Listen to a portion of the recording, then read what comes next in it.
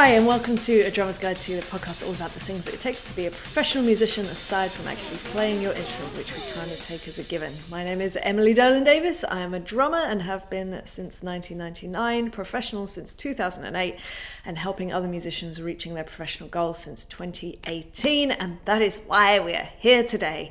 So let's start out with giving another Patreon shout out, as we are becoming accustomed. I say becoming because I still forget sometimes, but today I want to give a great shout out to the wonderful Moog Gravit. This is Moog from the band Rapscallion. So me and Moog have been in touch for years now at this stage. He has used some drums on some of my drums from, I think it was just from Drum Stem Club, on some of his music. So if you want to check out Moog's work, Rapscallion's work, then you can go to rapscallionband.com. I would highly recommend it. Very fantastic musician. Not sure that is very good English, but here we are. But anyway, so I had actually started recording this episode already, and then I realized that my microphone was the wrong way around, so I was like, I need to start again. But here we are. So what I was saying on the first record version of this, hold on, let me actually take my slippers off. I want to get more comfy. So I was saying how much I'm really enjoying answering questions that have been submitted by listeners, because it's a little strange doing a podcast, because you often do feel like you're kind of shouting into the void. But when I get actual questions, I'm like, oh cool, I'm actually helping at least one person. But I know that there are a lot of things that kind of translate over to many different, not just musicians, but creatives. So it always feels really good. In saying that, I also do have a lot of questions that kind of they're what I'd call, not smaller questions, but questions that I read them and I'm like, I don't think I can make a full episode out of these. Me, the person who likes to chat, I could chat about anything for a protracted period of time, but I thought, I don't think that an episode on this one thing is kind of going to be valuable to enough people, purely because I don't have enough to say about it. I have thoughts, I have views, of course, but maybe not a whole episode's worth. And if I was doing a whole episode's worth, it would probably be a lot of fluff, and that's coming from me. So what I thought was, I'm going to do an episode like answering those smaller questions. So far I think it's like 5 questions that I have, 5 or 6, that I will talk on briefly on each of those. But then I thought, oh, well, maybe it would be nice to do it live, because if you've listened to me for any amount of time, like, I used to do a lot of live streaming, especially over COVID times. I used to be in the studio recording songs for people, and I would live stream it so people could see the full process. They could see when things went wrong, they could see when things went right, and just the kind of, not just thought process, but the creative process that I was going through for each different song that I was recording. We would often have the artists themselves in the room, which was always really nice, so that they could get some really nice feedback on their work. And yeah, it was really cool. Really, really cool, and I miss it, and I miss that contingent of people. Shout out to the Bonker Squad, you know who you are. And yeah, so I thought, it's a nice excuse. I was sort of thinking maybe I would do it for the 200th episode, and half of me is still thinking that, but because we're on 183? I don't know, 183, 184.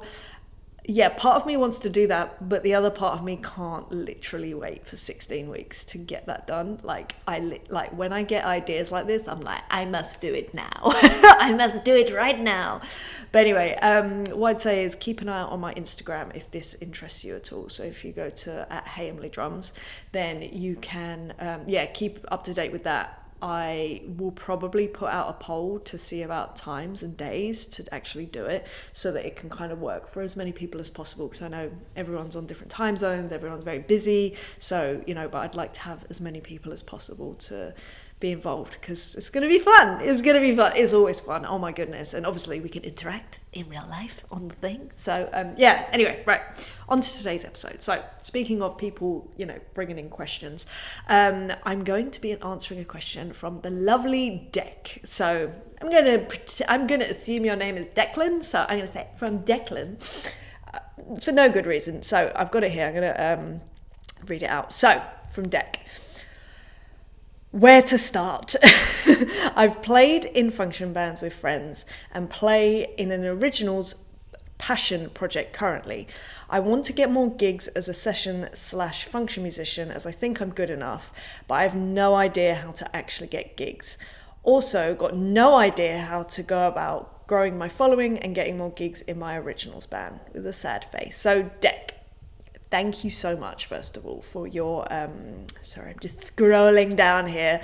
So, yeah, thank you so much for reaching out about this. Like, it is such a thing, this sort of transition from playing with friends to wanting to get out there and do it professionally.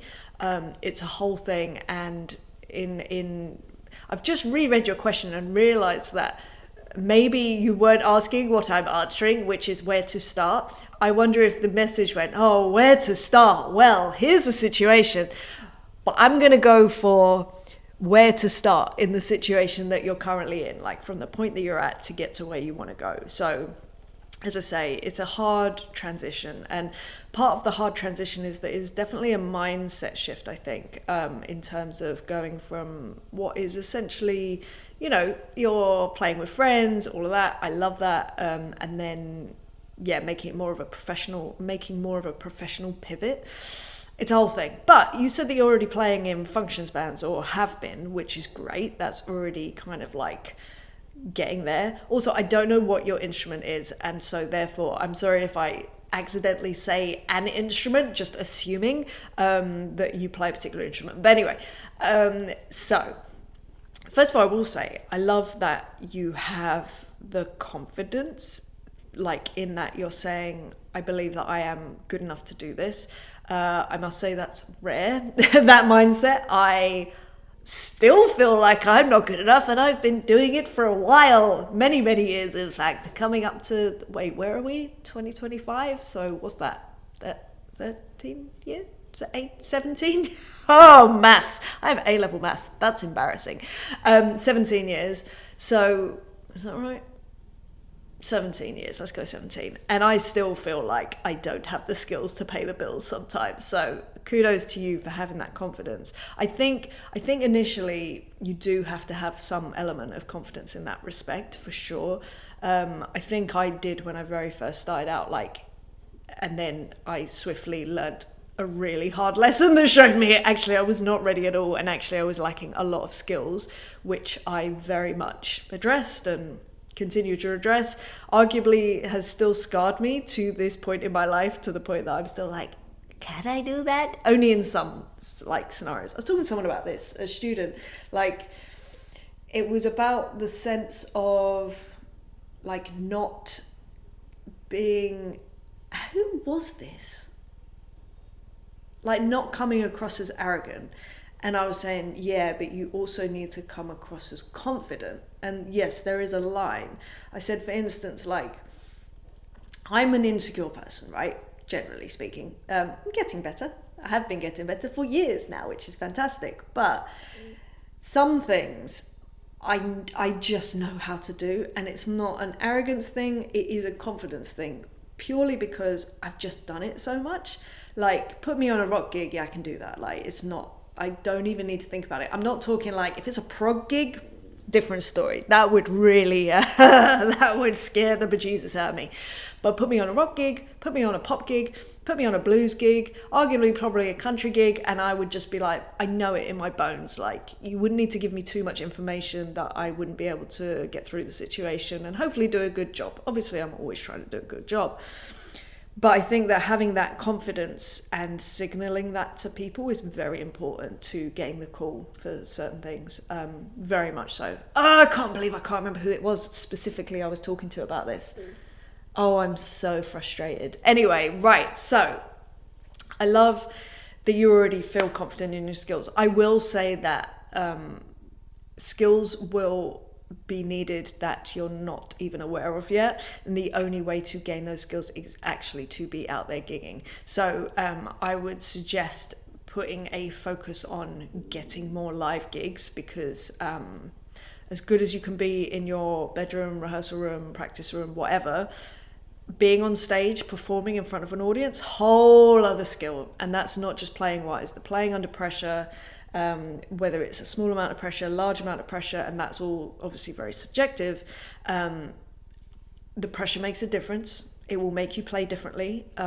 When you're playing under stress, you might tense up, you might play faster, you might slow down, you might be a bit wobbly, you might get inside your head and weird stuff starts happening. I've had that many a time.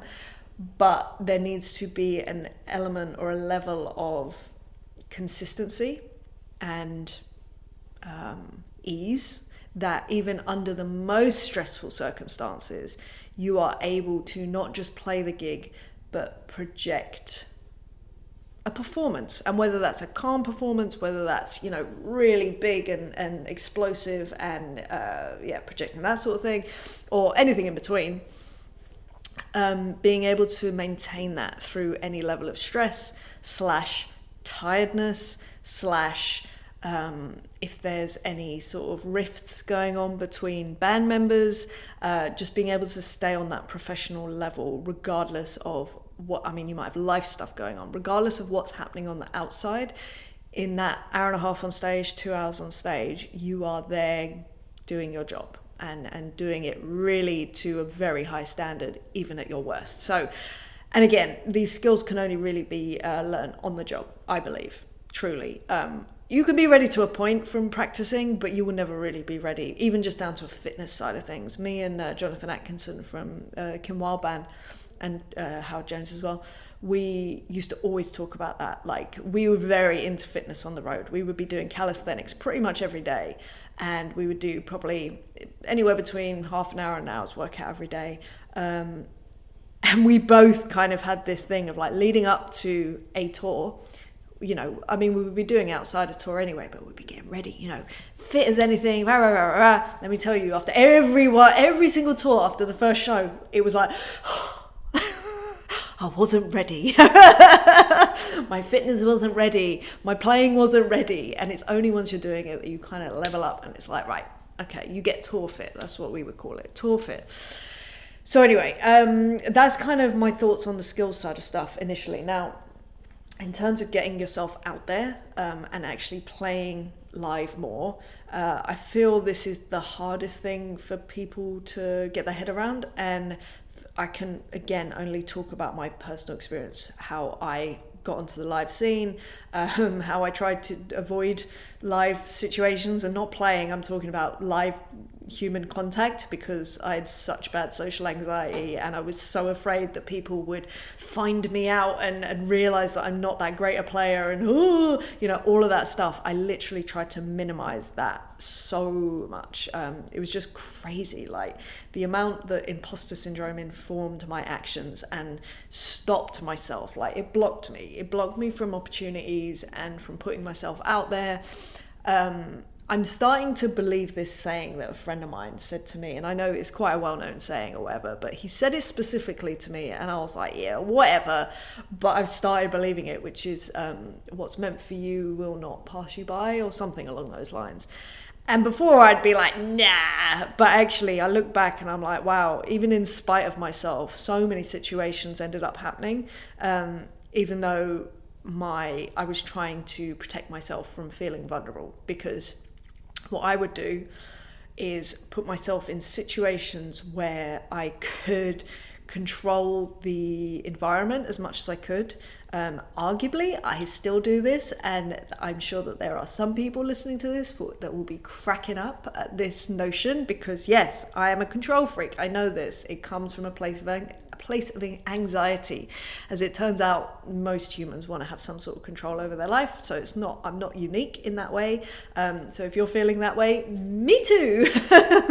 But what I would do is literally do everything I could to avoid being out of control. And what that meant for me was not necessarily, or really having to force myself to do things like go to jam sessions. Now, jam sessions are terrifying. They are terrifying. There's no two ways about it. Unless you're literally in the house band, which is what I ended up doing. I ended up getting into the house band so that I felt I had some way of controlling the situation, in that I knew the members, I knew what kind of songs they would play, I had some information.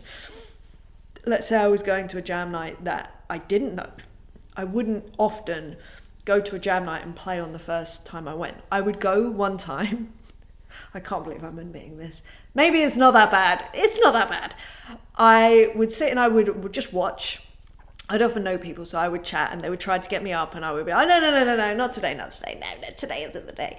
And I would open up my notes app and I would write down the name of every song that was played that night so that I could go back and learn them, so that I could be prepared for if they came up on the next jam night. I would also then look at adjacent songs to those sorts of songs in the same sort of genre, same sort of time frame, whatever, that sort of thing. Just so I could be as prepared as possible. Now, obviously there are benefits to this because it meant that I learned a lot of stuff. The place that it was coming from was not great, and led to a lot of stress, a lot of burnout, a lot of anxiety. It made me exhausted constantly, like just exhausted. And even the thought of going to a jam night, it wasn't ever just going to a jam night. There was this whole rigmarole that had to happen. Same with like talking to people and sort of, I remember trying to do everything but meet people in real life so they couldn't be disappointed when they met me or played with me. So I would, answer all the ads online, look for all of the ads online. Can we make this just an online thing? And Instagram or Facebook at the time, or MySpace, maybe not MySpace, I was a bit young, but Loot or Star Now, or any of these things. I did everything to not put myself out there. And initially that was on social media for sure, like YouTube and all of that. Wouldn't put videos out of me playing because I was so terrified that people would find me out.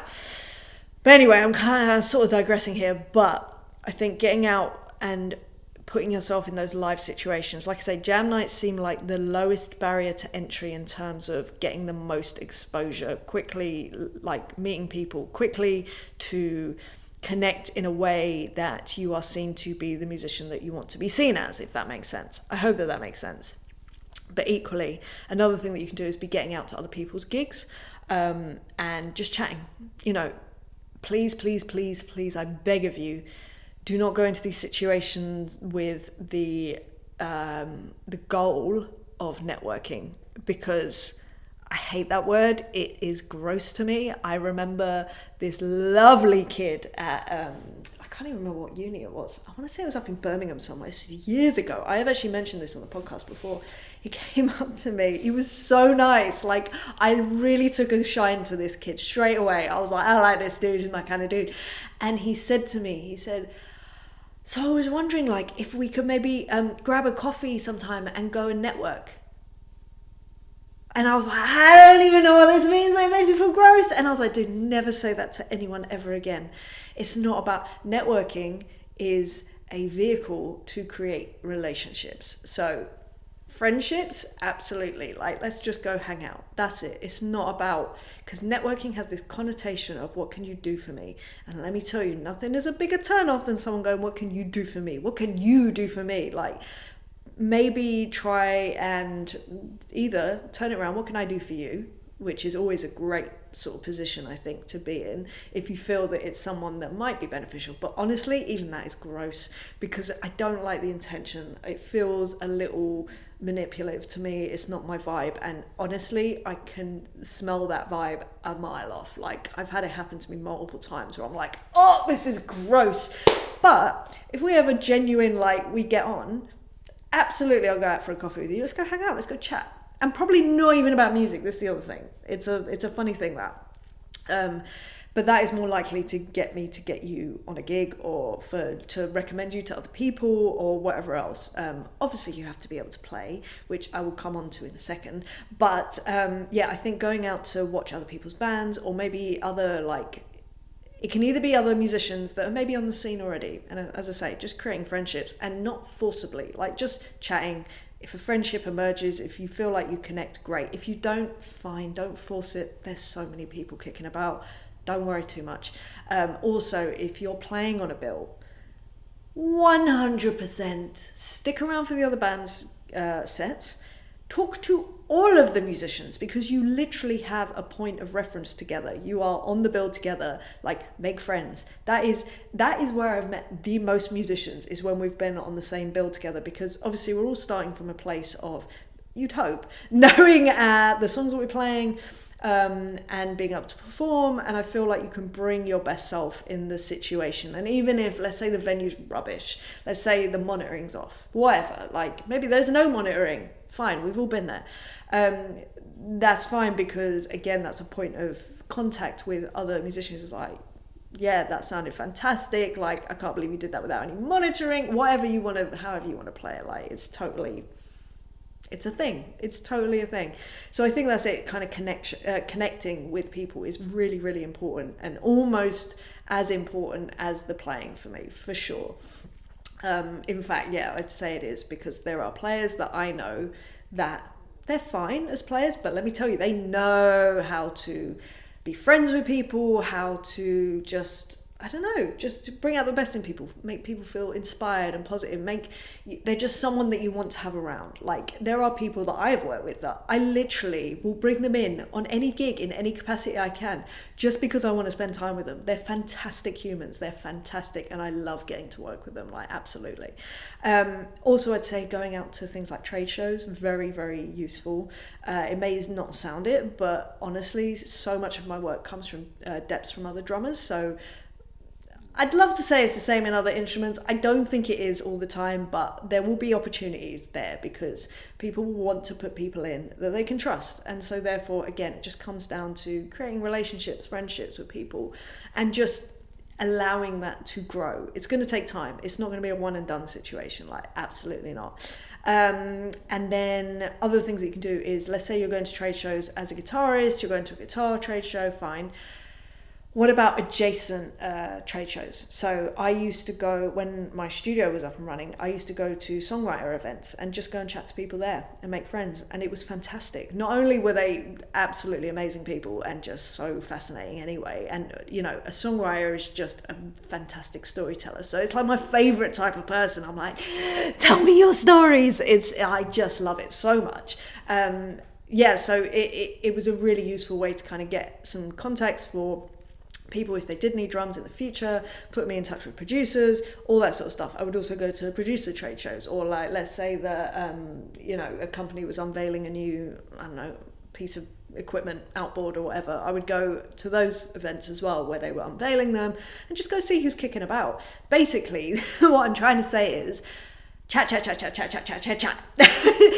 to people, and that can be very intimidating. I was talking to someone about this literally yesterday. So this is going to sound crazy probably, I am useless when it comes to talking in a group.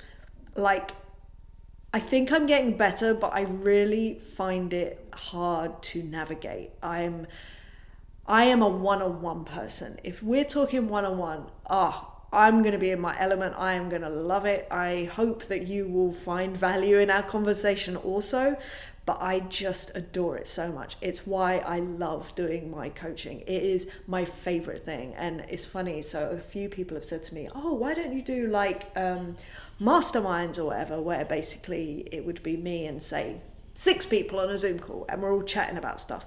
That fills me with dread, not because I wouldn't want to do it, just because I wouldn't know how to interact in a way that is valuable enough for everyone. Because when I talk to people, and I count this moment right now as talking to you as one of those moments, I am fully with you. And that probably sounds crazy, like I say, because in the moment, I'm literally talking to a camera and a microphone. I know that seems wild, but I truly believe that I'm talking to you, if that makes sense. I don't think that makes sense, but I envisage, for instance, Deck, who's asked this question. I'm thinking of you right now. I'm thinking about other people that I know listen to this podcast. I feel like I'm visualizing you. I'm talking to you. And I know that I'm good at that. And that is my strength. But I do know that groups, absolutely not. I will do it because I have to, but one-on-one is good. So I go for one-on-one, and I really don't remember why I went down this tangent, but there we go. Chat. Just chat to people. Chat to people, shake hands, as my dad would say. Just get to know people, and opportunities will arise. Go for coffees, all this sort of stuff. There's a student I'm working with at the moment. He is a living legend, and he is the epitome. Is that the right word? Like, he is the walking example of the value of just making friends, creating relationships, and seeing what happens. And things happen, and weird stuff happens that you're like, oh my God, I never envisaged this happening this way. But if you leave yourself open to that, then yes, amazing things can come. Shout out David if you are listening. You know that I feel this way about you. You are fantastic. You are my beacon of light when it comes to being open to opportunities, honestly. But anyway, so let's move on from that. So let's say it's all good and well going to jam nights. It's all good and well playing gigs. But let's say you're going to someone else's gig, a trade show, whatever, and you don't have the opportunity to actually play in front of people. Or you maybe didn't play your best. And that's fine, we all have those days. There must be somewhere that someone can go when they meet you and say, oh, Dec, right, let's pretend Dec is a bass player right now. Dec, they say they're a bass player. Awesome. I need a bass player for a gig. Awesome. I get on really well with Dec. Awesome. I need to check that he can actually play though. Okay, now this is where a lot of people fall down. Either no social media presence, which these days fairly rare, but still happens. Either that, or here's my least favorite. Here's my very least favorite thing that happens. Here's my Instagram handle. Sorry, this profile is private. Oh my goodness, what are we doing? What are we doing? It needs to be public. It needs to be public if you want people to see you play. But anyway. So having a social media presence, showing you're playing as well. So I've spoken about this before. If I see Dec's Instagram and Dec is a bass player, and I go on to their Instagram and it is pictures of his dog and some food. Oh, there's a bass like in there somewhere. No video of him playing. And there's a holiday that he took with his family. Now this is lovely. Good for Dec. He clearly has an enriched life, good life balance. However, on a professional level, I'm like, nah, this isn't your thing. You play bass. You're not a bassist. Like, you don't take this seriously enough that you're showing me you're a bassist. And therefore, fair enough. Dec, have your private one, like have your personal one. Absolutely. Maybe even keep it private. That's fine. I have no issue with that. There must be a professional profile presence on the internet for you, where when someone clicks on Dec Plays Bass at Dec Plays Bass or whatever, all it is about your playing, what you're up to professionally, all this sort of thing to signal, I'm a professional, I'm confident, I have experience, hire me. Essentially, that's kind of what we're going for, basically. Hire me. And another thing that I see all too often is people having that professional profile, but like no video of them playing. And by video is great. I think it's fantastic. But audio, it's more like, even on a bass level, I need to hear you play. There might be the coolest shot ever of you playing bass right now. This means nothing to me. That could be posed. That could be, what does it mean? It doesn't mean, it looks cool. Like, kudos. Well done. Whoever took that picture, awesome. Love it.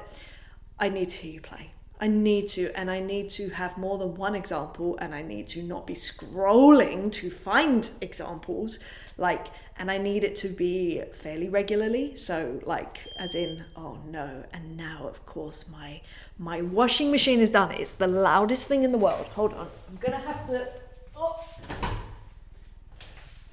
sort this out. Okay. Sorry, that was going to be an absolute nightmare if I didn't sort that out. So, yeah, I need multiple examples of you playing. I need to have consistency. So not a post or even a number of posts from 3 years ago of you playing bass. Why? No, what are we doing? I need it to be this week, last week, the week before. Even if it's once a week, I'll take it. There needs to be an element of consistency. It doesn't need to be every day. If anything, I'm starting to sort of err on the side of every day is not the best way to post on Instagram, for instance. And what I mean is on your feed. I think stories, absolutely post every day. Have the little moments of being in a rehearsal, this is myself for today, or, little outtakes of you playing, or whatever it needs to be, just to be like, this is what I'm doing day in and day out. Again, it's signaling confidence and professionalism. So yeah, I'd say focus on definitely having a presence, because again, when people meet you, the first thing that we all do is look people up online. That's what I do. I know I'm not the only one. I know I'm not. I might get on with you. You might tell me that you're a great player. Hell, I might have even seen you play and thought, fantastic. I'm still going to look you up and see what else, because maybe this was just a one-off. Maybe this was, a rogue moment. No, but if I look up and I see all this amazing playing and I'm like, Deck is amazing. Not only do I get on with him, he's fantastic on stage. I've seen it with my eyes. Now I can show other people also. I know because I've seen it, and now I can share this with other people and be like, dude, if you need a bass player, this guy, and share their profile. And there you go. They've got vouching from another human that they know. They can see it with their own eyes and hear it with their own ears. It needs to all be there. It's part of the whole package of being a professional, I think. So I'd say that would be another good thing to sort of get on. The other thing that I'd say is I sort of touched on it before, reaching out to people that you don't know. So musical directors, fixers, other session musicians, and just to touch base and be like, hey, how you doing? And whether that's connecting on social media, whether that's an email, who knows. And maybe you say, can we meet up for a coffee? I would love to get chew your ear off. No, that's what I do with you guys. No, I'd love to bend your ear about some advice, whatever. And again, maybe don't open with that, but people do like to help people, and especially in this industry, I find, because we all know how difficult it is. It's hard. It's really hard, and I will give my time to people. If people email me, I will reply eventually, but I'll help when I can. That's why I do this podcast. It's literally because I know how difficult it is. It's an absolute nightmare. But so I'd say reaching out to other musicians, musical directors, and all that sort of stuff, and just either saying I'm about, although it's cold and it's unlikely to get you work, but maybe you could say, have you got any shows coming up? I'd love to come and see you play. Or if you've got a show coming up, I'd love if you could come to this show. Just open up a conversation. And again, if you put yourself in that position of what can I do for them first, rather than what can you do for me, I feel that will put you in a good mindset in terms of approaching people. Maybe, hopefully, I'd hope. The final thing that I'd say really on this subject, just covering all of this, is being consistent. This is the hardest one. It's boring, it's not sexy, it's not glamorous, but it's going to take time. And if you are consistent, if you are going out to jam nights every week, multiple times a week. I mean, I was going out to jam nights it was depending on the time, it was either a Tuesday or a Thursday, every week for probably from 11 till 16 probably, so 5 years. I was going out weekly, sometimes multiple times a week. And then on top of that, I was also doing gigs, I was also doing rehearsals, I was also doing auditions. I was just doing everything I could. Obviously I was still in school at the time, so my time was limited. But then once I got out of school, I was gigging 3, 4, 5 times a week. I was rehearsing 3, 4, 5 times a week, all multiple different outfits. I was spending money doing those things. I was not being paid for a lot of it. I was being paid for some of it. I was being paid enough to survive another month and then, just keep grinding like that. It was a lot, but I was consistent. And it did lead to a lot of moments of burnout. And again, this was before social media was a real thing. So my consistency now is in releasing this podcast, definitely. She says after having missed the week before last. Apologies for that again. And also posting on social media, which I do fairly regularly. I feel not as regularly as I would like. Replying to email, that is the worst thing for me consistency wise. I'm trying. I don't know why. I find it impossible. Same with Instagram messages. I go through bouts where I'm great and then I'm really not great. And I find it very hard to deal with myself with that. But anyway, I think consistency is such a huge thing. And if anything, like going out to gigs and going out to jam nights and all of that, just being seen to be around, become a familiar face. Because, in fact, I was learning about this on my degree. I literally just wrote an essay about, it was actually about happiness and relationships. But part of the thing about creating like long-standing good relationships with people, friendships, a lot of it is to do with either proximity, which makes sense, like how close people are to you where you're living, but also exposure. So the frequency in which people see you affects the quality of relationships you have with them, which makes complete sense. Now, it's one thing to have an online friendship, and obviously sometimes it's not feasible to have an in-person friendship, but if you're just out and about all the time, like, and you just come across the same people or new people, but you're consistently there, that will help. Going once is not going to change anything. Trust me, I've been to many things once. Nobody noticed me, sometimes for the better. But yeah, I think consistency is a huge thing, and just creating friendships, it's going to take time. These things take time. You can't just meet someone and go, let's be busy mates. It's not how it works. Absolutely not. But anyway, I think that's where I'm going to leave it right now. I hope, Deck, that this has helped you. Thank you again for your question, and I'd love to hear how you get on. And more about where you're at, because for all I know, you're already doing these things. I don't know, but I would love to know more. Anyway, I shall leave it at that. If you have enjoyed this episode, please do feel free to like, share, and subscribe. If you would like to support this podcast over on Patreon, go to patreon.com/EmilyDrums. If you would like to connect on Instagram, go to @HeyEmilyDrums. And if you would like to suggest a topic, if you have a particular question that you'd like me to answer, it can be big or small, because the small ones I put onto this other live episode, then you can go to emilydrums.com/AMA. And finally, if you would like some one-on-one coaching, then you can book in for a free discovery call so we can work out how I can help you. You go to emilydrums.com and you can fill in the form there. Anyway, I hope you're having a great day, wherever you are, whatever you're up to. The sun is out here. It is beautiful. It is a brilliant week. I am exhausted, but I feel good for it. You know what I mean? Anyway, I hope you're having a good week too, and I will speak to you soon. All right, lots of love. Bye.